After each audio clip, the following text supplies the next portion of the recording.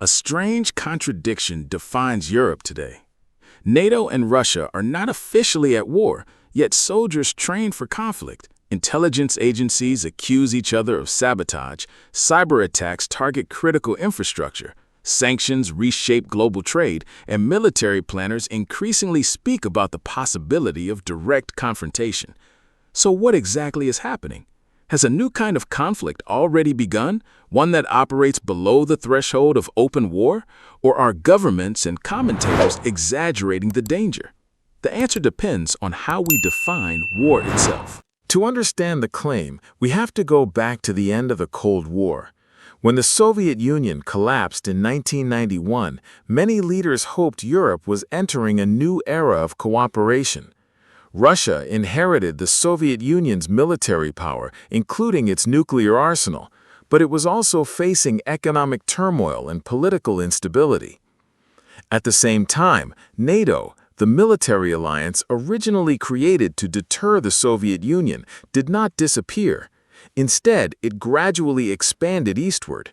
Former Warsaw Pact states and several former Soviet republics sought closer ties with the West and, in many cases, NATO membership.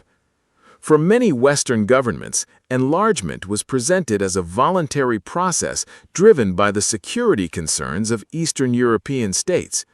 Many Russian leaders, however, viewed it as a strategic encroachment toward Russia's borders. These competing narratives became one of the central disputes of post-Cold War European security. Tensions rose sharply after Russia's annexation of Crimea in 2014 and the war in eastern Ukraine. They escalated dramatically again in February 2022 when Russia launched a full-scale invasion of Ukraine. That invasion transformed the security landscape of Europe. Since 2022, NATO countries have provided Ukraine with large-scale military, financial, intelligence, and humanitarian support. Russia has repeatedly described some of this assistance as evidence that it is effectively confronting not only Ukraine, but a broader Western coalition. NATO governments have generally rejected that characterization, arguing that supporting Ukraine does not make the alliance a direct participant in the war, so long as NATO forces are not fighting Russian forces directly. Yet the boundary has become increasingly complex. Western intelligence sharing has helped Ukraine target Russian military assets. Advanced weapons systems have been supplied by multiple NATO members. Military training programs have expanded across Europe. Meanwhile, Russia has increased defense production, strengthened military cooperation with countries such as Iran and North Korea, and intensified its own information and cyber operations. Beyond the battlefield, another struggle has unfolded across energy markets, financial systems, diplomacy, and technology. Europe moved to reduce dependence on Russian energy. Russia redirected exports toward other markets. Sanctions targeted banks, technology imports, and strategic industries. Moscow responded with countermeasures and sought alternative financial arrangements. At the same time, reports of suspected sabotage incidents, cyber intrusions, undersea cable concerns, drone activity, and influence operations have fueled debate about whether Europe is witnessing a broader gray zone conflict. Gray zone competition refers to actions that are coercive and hostile but fall short of conventional war. This is where the documentary's central question becomes difficult. If war means armies openly fighting each other, NATO and Russia are not officially at war. But if war includes sustained cyber operations, economic coercion, intelligence activity, proxy support, and strategic competition, some analysts argue that a form of conflict is already underway. Why would major powers operate in this ambiguous space? One reason is nuclear deterrence. Both Russia and several NATO members possess nuclear weapons. Direct military conflict between nuclear powers carries risks that leaders generally seek to avoid. As a result, competition often shifts into domains that allow pressure without triggering full-scale war. Cyber operations can disrupt infrastructure while preserving plausible deniability. Economic sanctions can weaken an opponent without deploying troops.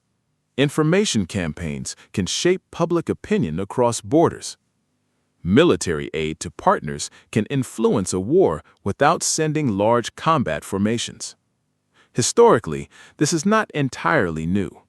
During the Cold War, the United States and the Soviet Union frequently competed through proxy wars, intelligence operations, economic measures, and political influence campaigns, while avoiding direct large-scale combat with each other.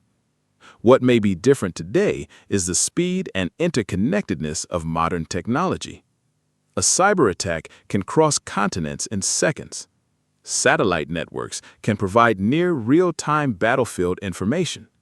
Financial restrictions can affect global markets almost immediately. The result is a form of competition that is less visible than traditional war, but potentially broader in reach. Compared with the Cold War, today's NATO-Russia rivalry has some similarities and some important differences. Like the Cold War, it involves military deterrence, competing security narratives, intelligence activity, and global influence. Unlike the Cold War, the Russian economy is significantly smaller relative to the combined economies of NATO countries. At the same time, modern Russia retains substantial military capabilities, including a large nuclear arsenal, advanced missile systems, cyber capabilities, and significant defense industrial capacity. Another difference is that today's confrontation is occurring in a world that is far more economically interconnected than the bipolar system of the 20th century. That creates both vulnerabilities and restraints. This is also where analysts disagree. Some argue that describing the situation as a secret war is misleading because there is no official NATO-Russia war, and such language can exaggerate the level of direct confrontation. Others argue that focusing only on formal declarations misses the reality of modern conflict, where cyber operations, economic warfare, intelligence competition, and proxy support can become central tools of statecraft. There are also important evidentiary limits. Many intelligence activities are classified.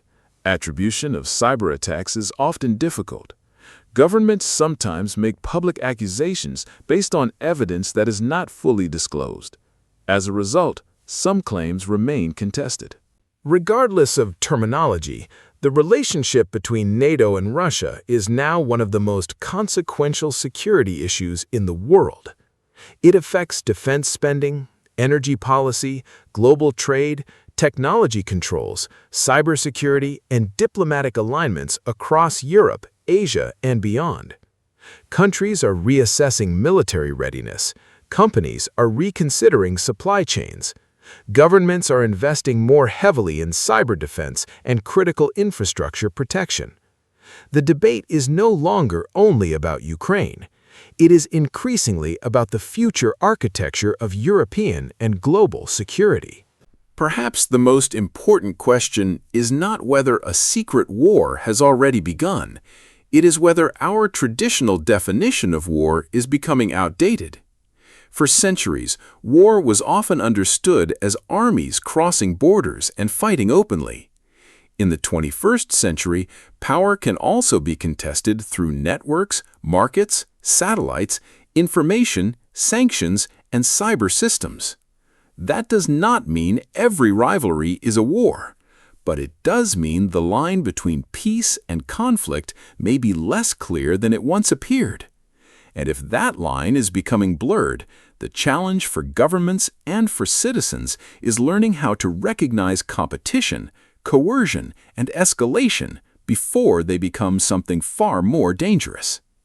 If this documentary gave you a clearer understanding of the topic, share your views with me in the comments section. And for more in-depth research into history, geopolitics, and global power, consider liking the video and subscribing to the channel, and set the bell to all.